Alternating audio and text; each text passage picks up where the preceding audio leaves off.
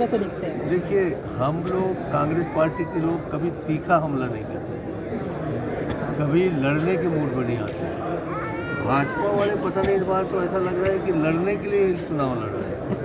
हमारे मुख्यमंत्री पूर्व को FIR दर्ज करा रहे हैं। हमारे अनेक सारे साथियों के प्रति उनने ऐसा व्यवहार किया है कि तुमको IDC की जांच कराएंगे, तुम आ जाओ, नहीं तो तुम्हारे खिलाफ अभी जांच शुरू करवाते हैं। बहुत सारे लोगों को प्रताड़ित करके ले जा रहे हैं। बहुत सारे लोगों को, मैं ये नहीं कहता कि कुछ देने के लालच में ले जा रहे हैं, मगर ये समझ नहीं आ रहा है कि इतने सारे लोगों को ले जा करेंगे क्या करेंगे सर। लेकिन कांग्रेस में जो अंतर्गला चल रही है, राम कुमार शुक्ला अपना लाइसेंसी पिस्टल मांगते हैं कि मेरे को अपनी पार्टी के लोगों से ही खतरा है। तो ये आपसी प्रतिद्वंदिता, इस पर क्या कहेंगे? पार्टी में अशांति लग रहा है। देखिए, मैं अभी तक उनके रायपुर में रहा हूँ सर, इस तरह की बातें मेरे सामने नहीं आई। कलेक्टर को लेटर लिखा है सर उन्होंने? लिखा नहीं, मैं रहा हूँ। अभी इस तरह चुनाव के दौरान बात करना पूरी राजनीतिक बात हो जाती है। तो मैं कहता हूँ इस तरह की राजनीतिक बातों को हमें ध्यान नहीं देना। सर, बड़ी तादाद में लोग कांग्रेस में प्रवेश कर रहे हैं अभी। कुछ ऐसे भी लोग हैं जिन्होंने पिछले चुनाव में भीतरघात किया था, आप लोग उनको अपना रहे हैं अभी। क्या वो नुकसान नहीं पहुँचाएंगे पार्टी को?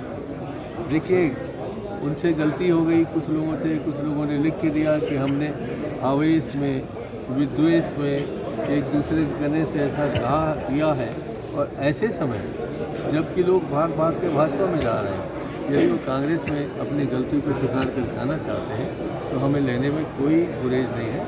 हम लोग उनका स्वागत करें। सर, कहीं ना कहीं ऐसा लगता है कि कांग्रेस के 5 साल के शासनकाल में पार्टी अपने ही जो कार्यकर्ता थे या जो नेता थे उनको पूछ परख करने में कहीं चूक कर गई, जिसके कारण अशांति है। स्वाभाविक है, इसको मैं भी स्वीकार करता हूँ, इसको भूपेश बघेल जी भी स्वीकार करते हैं। और हमने सार्वजनिक भाषणों में कहा है कि हमसे गलती हुई, मुख्यमंत्री से गलती हुई, मंत्रियों से गलती हुई, कार्यकर्ताओं से भी कुछ गलती हुई। इसी का नतीजा हम लोग भोग रहे हैं कि आज हमारी सरकार नहीं है। नहीं तो जितने काम इस सरकार ने किए हैं, भूपेश बघेल की सरकार ने किया है, उतना काम ज़मीनी रूप में कोई भी कांग्रेस पार्टी के अलावा भारतीय जनता पार्टी का सरकार नहीं कर पाया है, ना नहीं कर पाएगा।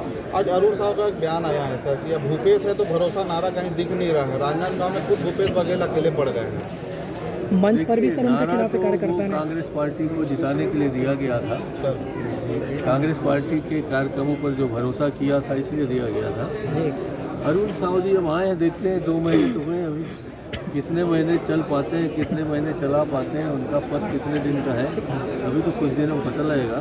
अभी तो ये लोकसभा के चुनाव है इसलिए सब चुप है।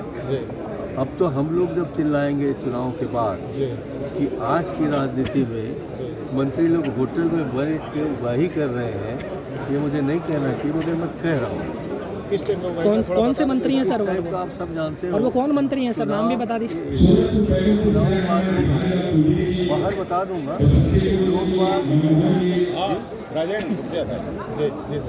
जिस ढंग से भ्रष्टाचार शुरू हो गया है, जिस ढंग से मुख्यमंत्री बनने से पहले अडानी की कटाई शुरू हो गई है, जिस ढंग से अडानी को लाभ पहुंचाने के लिए बहुत बड़े बड़े जंगल दिए जा रहे हैं, खदानें दिए जा रहे हैं, जिस ढंग से आपने जिंदल को बेवकूफ़ बना के अपने पार्टी में संलग्न कर लिया है। तो जिंदल बेवकूफ़ बन सकते हैं? बन सकते हैं। उनकी माँ को तो नहीं कह सकता, उनकी माँ दबाव में गई होगी, मगर जिंदल जैसा बेवकूफ़ आदमी इस दुनिया में नहीं होना चाहिए। सर, बेवकूफ़ है कि लालची है? बेवकूफ़। कोरबा लोकसभा की बात करें सर, 3 दिन आप लगातार कोरिया जिले में कैंप किए हैं, क्या लग रहा, माहौल क्या है? देखिए, अभी तो माहौल बना नहीं है। माहौल तो अभी बनेगा जब ये लोग फॉर्म भर लेंगे उसके बाद। अभी तक ऐसा होता था कि चुनाव की घोषणा होती थी, फार्म भरे जाते थे, फिर माहौल बनाते थे। माहौल हम लोग बनाएंगे चुनाव में आने के बाद। शुरुआत कर दीजिए सर आज से ना, अभी तो बाबू सरोज पांडे जी का एक और बयान आया है सर। उन्होंने कहा है कि जब कोरबा में कोयला कबाड़ इस तरह की चीज़ें चल रही थी तब आपकी पत्नी जो सांसद थी वो खामोश थी, अब जनता उन्हें सबक सिखाएगी, ऐसा उन्होंने कहा है। अच्छा कहा है उन्होंने। अगर उनको पता होता कि मेरी धर्म पत्नी ने क्या किया है, वो तो दुर्ग के रहने वाले, उनको दिल्ली के बारे में कुछ पता नहीं।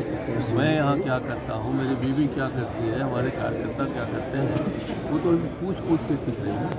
हम लोग तो 44 साल से कर रहे हैं, तो 44 साल को 44 जानने के लिए बहुत कम होते हैं। जी। देखिए आने वाले दिनों में